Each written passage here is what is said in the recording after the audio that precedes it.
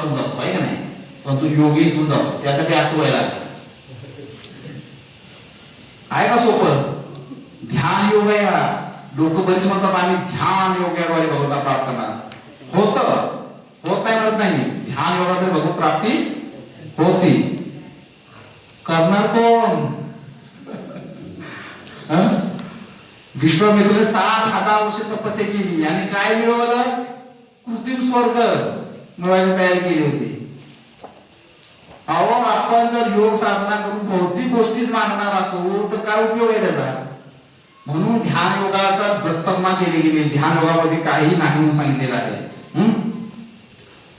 म्हणून इंद्रिय तृप्तीच्या इच्छाचा त्याग केल्याशिवाय कुणीही योगारूढ अवस्थेवर पोहोचू शकत नाही. योगारूढ अवस्था आहे, त्या अवस्थेला आपण पोहोचलं पाहिजे. म्हणून ज्यानं मनाला जिंकलेलं आहे उसके लिए मन सर्वश्रेष्ठ मित्र है, किंतु जो ऐसा नहीं कर पाया उसके लिए मन सबसे बड़ा शत्रु आहे. मनाला जिंकता आलं पाहिजे. काय करायचे? कसं जिंकणार? मन आपल्यापेक्षा खाली आहे. मनाच्या वर कोण आहे? बुद्धीच्या वर. मग आत्म्याचं वर्चस्व पाहिजे, पण या आत्मा तो खाली तळाला आला. इंद्रियाच्या मध्ये जेवढा तणावून जातो की तो ती भोग घेतच बसतो. त्याला समजतच नाही, अरे बाबा तू चांगला व्यक्ती आहे, उठ बाबा इथून वर आहे. पोझिशन सोडली स्वतःची म्हणून दुःख भोगतोय खाली आल्यावर.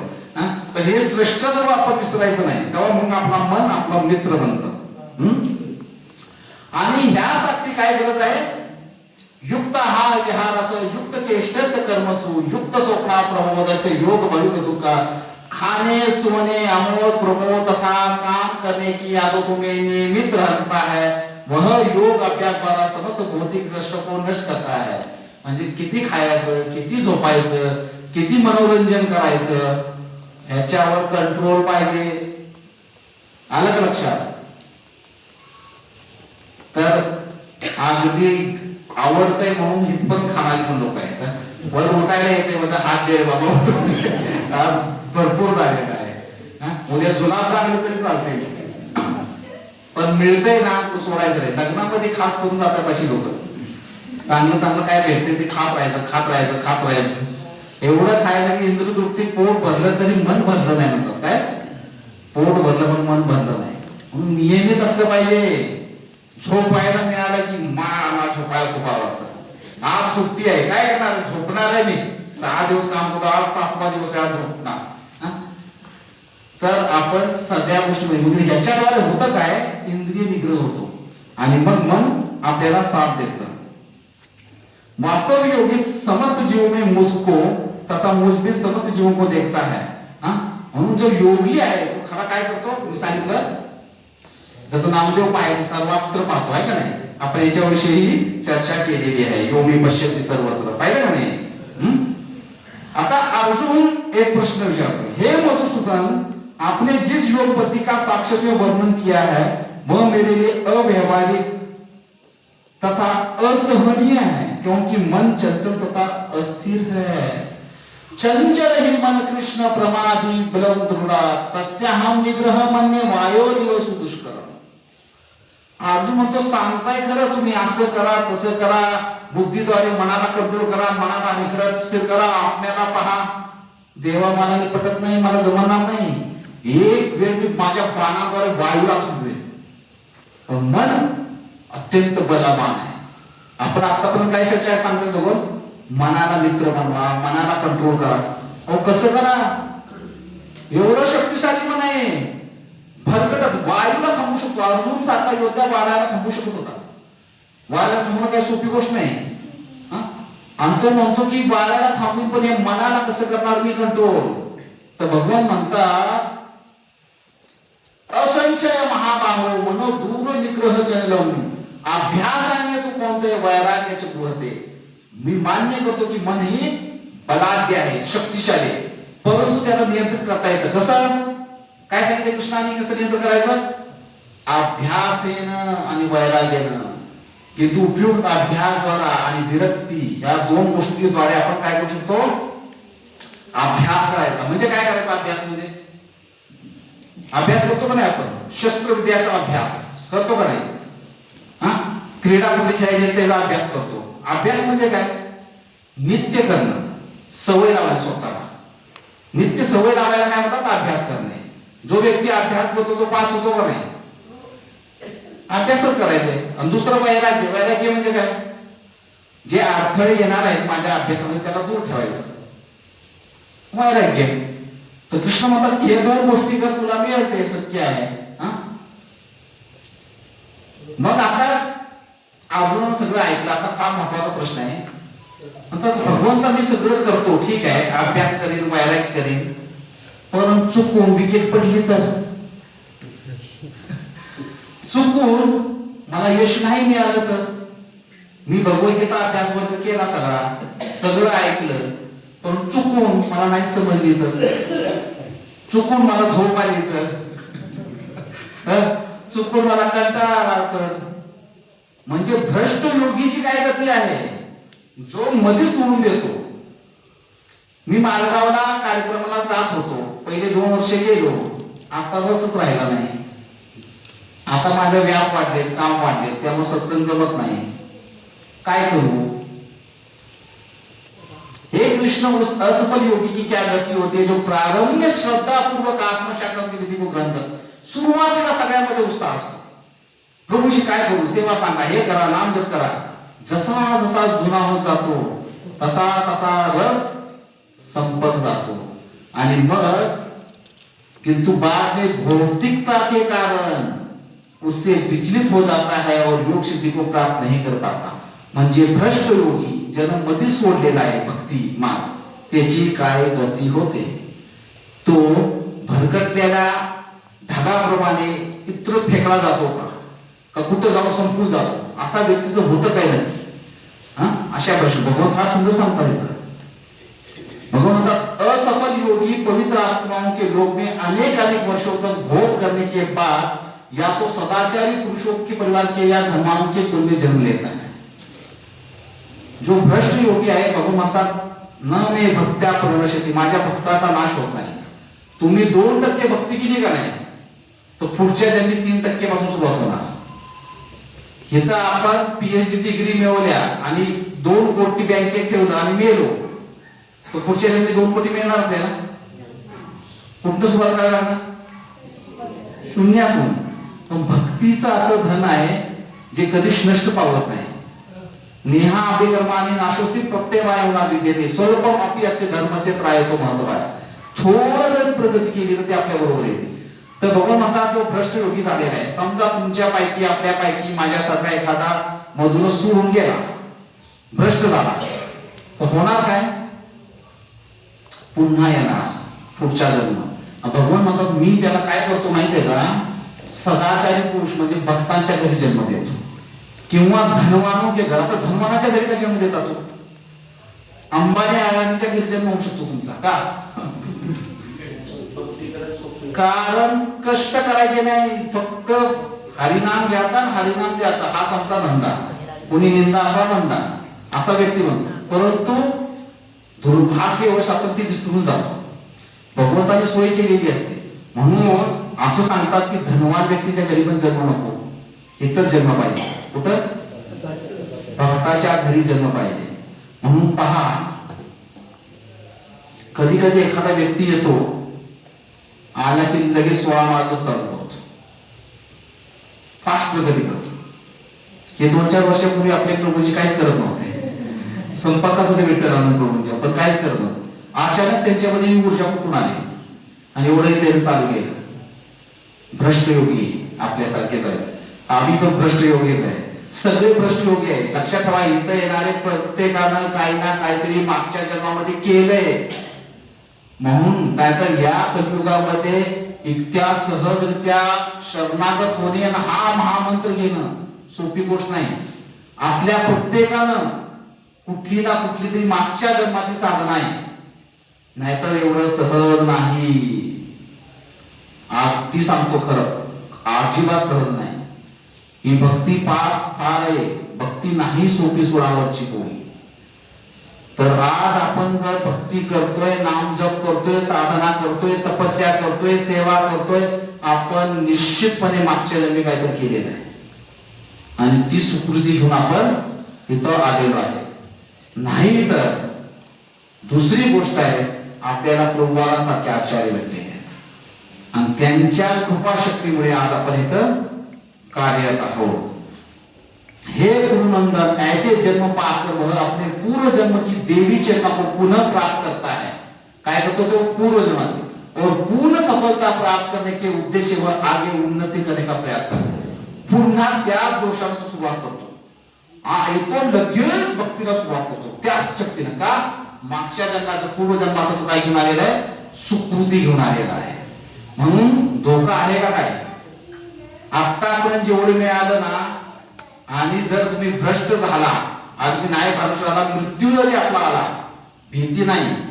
का भीती नाही, कारण की आजचा जो वेळ दिवस आपण घालवला तो गीतेसाठी घालवला, भगवंताच्या सानिध्यात आहे. आपण आज कुठं आहे, भगवंताच्या जे शब्दामध्ये भेद आहे का, आज आपण साक्षात भगवंतांच्या बरोबर जोडलं गेलेलं आहे.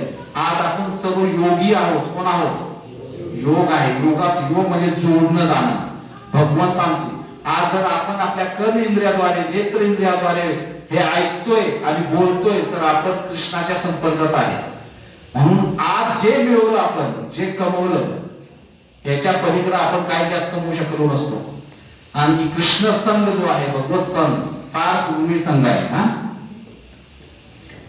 तर मग भ्रष्ट योगीची गती विचारल्यानंतर आता भगवत 7व्या अध्यायामध्ये परमेश्वराचं परम ज्ञान देत आहे. कुठलं, कृष्ण स्वतःला सर्व भौतिक आणि आध्यात्मिक शक्तीचे मूळ म्हणून प्रकट करतात. आता ते सांगतात. आता सांगतो मी महत्वाची गोष्ट. भगवत गीता 8वा अध्याय, किती, त्यामध्ये 3 भाग आहेत. पहिले 6, दुसरे 6 आणि तिसरे 6. 6 6 6. आतापर्यंत जो आपण 6 पाहिले ना, तो आहे कर्मयोग. काय आहे, कर्मयोग. शेवटचे 6 आहेत ना, तो आहे ज्ञानयोग. काय आहे, मधले 6 आता जे चालू होणार ते आहे भक्तियोग. काय आहे, भक्तियोग. म्हणून हे 6 अध्याय फार महत्वाचे आहेत. ह्या 6 अध्यायाला असं म्हणजे की एक संदूक आहे. काय आहे, संदूक. खालचं रत्नजडित पेटी आहे सोन्याची, अगदी वरचं झाकण रत्नजडित आहे, झालं का खजाना, आणि आतमध्ये खरा खजाना ठेवलेला आहे. तर भगवद्गीता अशी आहे. काय, खाली सोन्याची पेटी ज्ञान, वर रत्नजडित कर्मयोग, आणि मध्ये भक्तियोग सुरक्षित कुलूप लागले त्याला. आणि त्याला सोडवण्याचा मंत्र पण भगवद्गीतेत दिलाय. तो मंत्र मांडल्याशिवाय भगवद्गीता उलगडत नाही कुणाला. तर आपण आता भक्ती योगामध्ये प्रवेश करतोय. सगळे जागे आहेत का, कारण इथं झोपू नका, कर्मयोगामध्ये झोपला चालेल. आता कृष्ण सांगत आहेत पहा, काय थोडक्यातच घेतलेलं, जास्त नाही. बघून म्हणतात श्री भगवान ने कहा, हे प्रथा पुत्र, अब सुनो कि तुम किस तरह मेरी भावना से पूर्ण होकर मन को मुझ में आसक्त करके योग अभ्यास करते हुए मुझे पूर्ण तरह संशय रहित जान सकते हो. आता भगवत स्वतःविषयी ज्ञान देतात. आतापर्यंत भगवंतांनी स्वतःविषयीचं ज्ञान सगळं सांगितलं नव्हतं. आणि भगवंता हे ज्ञान कोण प्राप्त करतं, मनुष्यानाम सहस्रेषु कश्चित अस्ति सिद्धये. मनुष्यामध्ये कई हजार मनुष्य में कोई एक सिद्धि के लिए प्रतिष्ठित होता है, और इस तरह सिद्धि प्राप्त करने वालों बिरला कोई मुझे वास्तव में जान पाता है. म्हणजे भगवत गीताचं ज्ञान सगळ्यांना मिळत नाही किंवा समजत नाही. विरलाच व्यक्ती आहे ज्याला हे ज्ञान समजतं. मग भगवत सांगतात की कशा प्रकारे तू माझं चिंतन करायचं. काय सांगतात, भगवंता मी सर्वत्र आहे. जसं नामदेवाचं ना उदाहरण दिलं, रसो अहमाप्सु कौन्तेय प्रभास्मि शशि सूर्य प्रणव सर्व वेदेषु शब्द के पुरुषोत्तम. भरपूर श्लोक दिले भगवंतांनी. काय सांगितलं की जल का स्वाद हूं, मी कोण आहे, पाण्याचा स्वाद आहे. सूर्य तथा चंद्रमा का प्रकाश हूं, वैदिक मंत्रों में ओंकार हूं, आकाश में ध्वनि हूं तथा पुरुष में सामर्थ्य हूं. तहान लागली तुम्हाला, थंड पाणी दिलं, पाणी पिताना जर चव आली तर काय म्हणणार, स्मरण राहायला पाहिजे. काय म्हणतो ना, स्वादिष्ट पाणी तहान आल्यानंतर, अरे ह्या पाण्याची चव कृष्ण आहे. बघितलं का कृष्णाला, मी बघितलं की चंद्र बघितला, किती सुंदर प्रकाश आहे, कृष्ण आहे. सूर्य पाहिला, किती तेजस्वी आहे, कोण आहे, कोण आहे, भगवान म्हणतात जिथे जिथे तुझे नजर जाईल तिथं तिथं मला पहा. सोपं आहे. म्हणून सर्व गोष्टीमध्ये मीच आहे असं भगवान त्यांना सांगत आहे. आणि म्हणून म्हणतात मत्त परत किंचित असते धनंजय मही सर्व इदम पोत्रे सुत्रे मनी ग्राम. पाहिलं होतं का नाही आपण? हे माळ्याचं उदाहरण दिलं होतं मी, आहे का नाही? मी सर्वत्र आहे या सृष्टीच्या कार्यात, तर मला या पद्धतीने तू पहा. तर 7व्या अध्यायामध्ये भगवान स्वतःच चिंतन कसं करायचं ते सांगतात. आणि म्हणतात यामध्ये सर्वात मोठा अडथळा आहे ही कोण? देवी येशी गुणमयी मम माया दुर्दया मामय वय प्रबलते मायामध्ये तरते. याची चर्चा केली की नाही आपण? प्रकृती काय करते? प्रकृती कुणाची शक्ती आहे? ही देवी याच्या, ही देवी कुणाची आहे? भगवंताची शक्ती आहे. मग त्याला आपण मात कशी करणार? मामे वय प्रबलते माया नाही तर मला शरण आले की तुम्ही मातणार. याचं उदाहरण मी काय दिलं होतं? हे Krishna's devotee is not defending. Defend म्हणजे संरक्षण करत नाही, ही इज डिपेंडिंग. हे सांगितलंय. आहे का नाही कनेक्शन? 5 विषय बघा, आपण 5 विषयाच्या अवतीभोवती फिरणार आहे. आणि भगवद्गीता समजण्यासाठी म्हणून तो दुसरा सेशन घेतला होता आपण. 5 विषयावर सर्व अवलंबून आहे का नाही कनेक्शन तिथं? आता पुढे बघा काय म्हणतात भगवान की मी 4 प्रकारच्या लोकांना भेटत नाही, दिसत नाही. याची चर्चा केली की आपण निपटपूर. आणि 4 प्रकारच्या लोकांना भेटतो. कोण कोण आहे ते? आर्थ, जिज्ञासू, अर्थार्थी तथा ज्ञानी. यामध्ये श्रेष्ठ कोण आहे? आर्थ म्हणजे काय? दुखी व्यक्ती. जिज्ञासू म्हणजे जाणून घ्यायचा प्रयत्न. अर्थार्थी म्हणजे कोण जातो भगवंताला शरण? अर्थार्थी म्हणजे अर्थ म्हणजे काय? इच्छा. मागण्या पूर्ण जास्त करून अर्थार्थीच असतात. लिस्ट घेऊन जाणारे भगवंत, देवा मला हे दे, देवा मला पाव. आणि ज्ञानद्वारे भगवंताना श्रेष्ठ कोण आहे? कोण आहे? बोला पटकन. जोरात म्हणा महामंत्र. त्याशी बोलणार नाही. हरे कृष्ण कृष्ण कृष्ण हरे हरे हरे राम राम राम हरे हरे. तर श्रेष्ठ कोण आहे या 4 पैकी? नाही. ज्ञान योगानुसार भगवंताला प्राप्त करता येत आहे. जिज्ञासू अथातो ब्रह्म जिज्ञासा. कारण की हा व्यक्ती का आलाय? दुःख आहे. दुःख निघालं, निवारण झालं की भगवंताला विसरणार. हा का आला? लक्ष्मी पाहिजे, इच्छा पूर्ती झाली की भगवंताला विचारला. हा का आलाय? ज्ञानाचं प्रदर्शन करायला. ज्ञान मिळालं विसरणार. पण तू जिज्ञासूला खरं मिळकळ समजतं. जिज्ञासू व्यक्ती खोलवर जातो, प्रश्न विचारतो, हे कसं ते. आणि मग त्याला कळतं की अरे मनुष्य जन्माचं काय कर्तव्य आहे? कृष्णाला भजणं, भगवत धामात जाणं. म्हणून तो ज्ञानापुरता मर्यादित आता जिज्ञासा करून भगवत प्राप्ती करतो. तर ही 4 लोक भगवंतांना शरण येतात. म्हणून भगवत म्हणजे नाहम प्रकाश सर्वस्य. तर सर्व लोकांना मी प्रकाशित होत नाही. आणि तर 7वा अध्याय संपूर्ण 8व्याला सुरुवात होती. आता इथं परमपद कसं प्राप्त सांगितले? अर्जुन कृष्णाला 7 प्रश्न विचारतो. किती प्रश्न विचारले यानुसार? ब्रह्म म्हणजे काय? स्वतः म्हणजे काय? सकाम कर्म म्हणजे काय? बघा प्रभू तुमचं येत आहे स्वतः मी तर तुमच्या प्रश्नाचं उत्तर. सकाम कर्म म्हणजे काय? भौतिक प्रकटीकरण म्हणजे काय? देवता कोण आहेत? यज्ञाचे स्वामी कोण आहेत? आणि भक्ती सेवेत किती लोक मृत्यूच्या वेळी कृष्णाला कसे जाणू शकतात? हा 8व्या अध्यायामध्ये ही सर्व प्रश्नांची उत्तर आहे. काय उत्तर दिलं नाही? कृष्ण उत्तर ब्रह्म म्हणजे अविनाशी जीव होय. स्व म्हणजे आत्म्याच्या सेवेच्या अंतर्गत स्वरूपाचा अर्थ म्हणजे अहंकार आपला. आणि सकाम कर्म म्हणजे भौतिक शरीर विकसित करण्याची कृती म्हणजे कर्माच्या फळाच्या अपेक्षातून केलेले कर्म. भौतिक प्रकटीकरण म्हणजे सतत बदलणारे भौतिक स्वरूप जे आपलं बदलत आहे. म्हणजे कुठल्या 84 लक्ष प्रकटीकरण करतोय आपण. देवता आणि त्यांचे ग्रह हे परमात्म्याच्या वैश्विक स्वरूपाचा भाग आहे. मंत्रिमंडळ आहे का नाही? देवता ग्रह सगळे भगवंताचे. आणि 7वं स्वामी म्हणजे भगवंता मी स्वतः आहे. कोण आहे? मी स्वतः आहे. मृत्यूच्या वेळी कृष्णाला जाणून घेण्याबद्दल ते एखाद्याच्या जाणीवर अवलंबून असते. तर शरीर सोडताना एखाद्याला अस्तित्वाची जी स्थिती आठवते ती स्थिती तो नक्कीच प्राप्त करतो.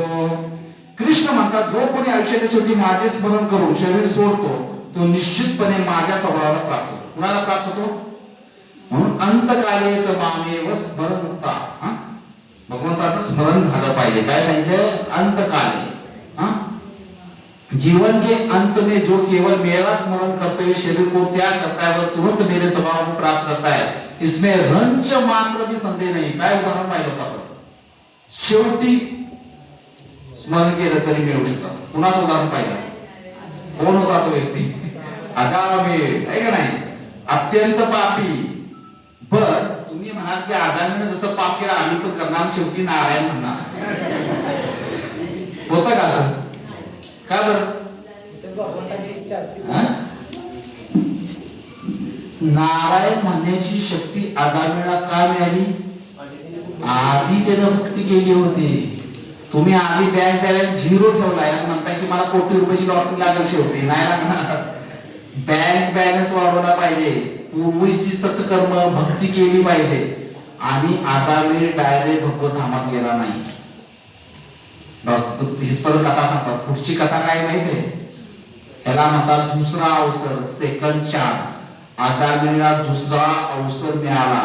मृत्यूला दूर फेकलं गेलं. तो म्हातारा तिथनं उठला आणि 80 वर्षाचा होता तेव्हा त्याला 5 वर्षाचा मुलगा होता. 80व्या वर्षी आजारीला 5 वर्षाचा मुलगा होता. मग तो म्हातारा तिथून उठला. मृत्यूच्या त्यानं जेव्हा तो संवाद पाहिला आणि डायरेक्ट वृंदावनला गेला आणि तिथं जाऊन त्यानं भक्ती केली. मग भगवान पुन्हा वैकुंठातून विमानाला मग आजारी गेला भगवंत आम्हाला. तर आजारीचं उदाहरण घेऊन बिंदास राहू नका. तर इथं भगवंत सांगतात की मला प्राप्त करण्याचा सोपा मार्ग काय? माझं स्मरण करा. नाहीतर काय हो? यम यम वापी स्मरण भागवत जयंते कलेवरम. हे कुंती पुत्र शरीर त्याग के समय मनु जिस जिस भाव का स्मरण करता है वह उस भाव को निश्चित रूप से प्राप्त करता है. म्हणजे काय? मृत्यू समय आपण ज्याचं स्मरण करणार कुणाचं? त्या गोष्टीचं आपल्याला मिळणार.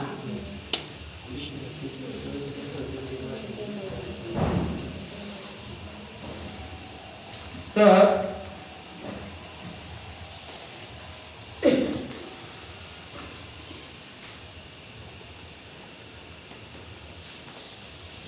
आता हे अर्जुन सदैव कृष्ण रूप में मेरा चिंतन करना चाहिए और साथ ही युद्ध करने के कर्तव्य पूरा करना चाहिए. अपने कर्मों को मुझे समर्पित करके तथा अपने मन एवं बुद्धि को मुझे स्थिर करके तुम निश्चित रूप से मुझे प्राप्त कर सकोगे. तर माझं स्मरण कर असं भगवान अर्जुनाला इथं सांगत आहे. आता 9व्या अध्याय आहे त्याला म्हणलेले परम गुह्य ज्ञान. काय म्हणले? कारण यामध्ये भगवंताने अत्यंत गोपनीय गोष्टी सांगितलेल्या आहेत. का सांगितल्यात? भगवान तुला सांगतात क्योंकि तुम मुझसे कभी ईर्ष्या नहीं करते. पहिला शब्द काय आहे? जो भगवानाची ईर्ष्या करतो त्याला हे ज्ञान समजत. मग मी म्हणतो ओपन सिक्रेट आहे. कसं आहे? सिक्रेट आहे, ओपन आहे, पण करणारच नाही. भगवद्गीता हातामध्ये आहे, वाचणार पण डोक्यात घुसणार नाही. का? ईर्ष्या आहे. इसलिए तुम इस परम गुह्य ज्ञान तथा अनुभूति बताऊंगा जिसे जानकर तुम संसार के क्लेशों से मुक्त हो जाओगे. सर्वात गोपनीय ज्ञान. भगवान श्री कृष्णाच्या मते सर्वात गोपनीय ज्ञान म्हणजे सेवेचे ज्ञान. हे सर्वात शुद्ध ज्ञान आहे. असलं सेवा, भक्ती सेवेचं ज्ञान आहे. आता बघू काय सांगतात पहा. तर भगवान तिथं सांगतात राजविद्या राजगुह्यम पवित्र इदम उत्तमम प्रत्यक्ष अवगमम धर्मम सुसुखम कर्तुम अव्ययम. ये ज्ञान सब विद्याओं का राजा है जो समस्त रहस्यों में सर्वाधिक गोपनीय है. यह परम शुद्ध है और चूंकि यह आत्मा की प्रत्यक्ष अनुभूति कराने वाला है अतः यह धर्म का सिद्धांत है. यह अविनाशी है और अत्यंत सुखपूर्वक संपन्न किया जा सकता है. आपल्या जीवनामध्ये आपण याला आणू शकतो. प्रॅक्टिकल आहे. काय आहे? सोपं. बघा जी आपण प्रवचनामध्ये ऐकू ते शिकं सांगितलं. गुह्य ज्ञान काय आहे? सततम कीर्तयंतो माम यत तसच्च दृढ होता. माझं सतत कीर्तन कर. किती काळ काय सांगितलंय करायला? 16 माळ सांगितलेत का भगवंतांनी? लोक विचारतात भगवंतांनी कुठे भगवद्गीतेत 16 माळ सांगितलेत का? 16 माळ करायला किती वेळ लागतो? 2 तास. भगवंतांनी काय सांगितलं? 24 तास. सततम नाम घेता उठा उठी, हसता खेळता बोलता गावा हरी हरी.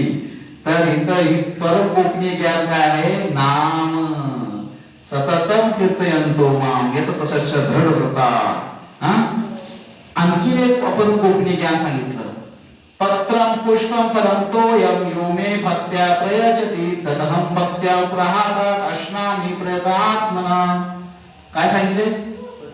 मला तू प्रेमाने, बघा भक्ती 2 वेळा वापरलेले, भक्त्या आणि भक्तू आहे की नाही? का शब्द वापरले? भगवान तुम्ही दिलेली कुठली गोष्ट घेत नाही जर त्यामध्ये भक्ती नसेल. भक्ती म्हणजे काय? तुमची भावना, तुमचं प्रेम. काय म्हणतात? पत्र एक पान, तुलसीचं एक पुतल. भगवान काही जास्त मागत नाही. देवी देवता भरपूर काय मागतात, हे यज्ञ करा एवढा खर्च आहे ते आहे ना. पण इतर आहे पुष्प एक फुल, फल एक फळ, कोणतं फळ? आणि तोयम थोडं पाणी, गंगाजल. काय पद्धत? आता काय अवघड आहे? आता इथं भगवान म्हणजे का अंडनम मटनम माश्याम म्हणजे भगवंत लोक म्हणतात कुठं म्हणजे भगवंत की मांसाहार की नाही चालत. भगवंताने मागितले की तर स्पष्टपणे काय तर फक्त पत्र पुष्प फलम तोयम, याच्या पलीकडे काय नाही. एक कोळी होता, कोळी पांडुरंगाच्या मंदिरामध्ये गेला आणि त्याने ठरवलं की पांडुरंगाला मासे द्यायचे. पुजारी लोक बडे होते म्हणजे अरे मूर्ख माणसाला कळतं काय चप्पल येत ना, हा मासे घेऊन आला. त्याला काय लागतं बोळी भक्ती द्यायची. टोपल्यात मास होते म्हणजे मला द्यायचे. त्यानं नाही स्वीकारले. ते पुजारीने पळून लावला.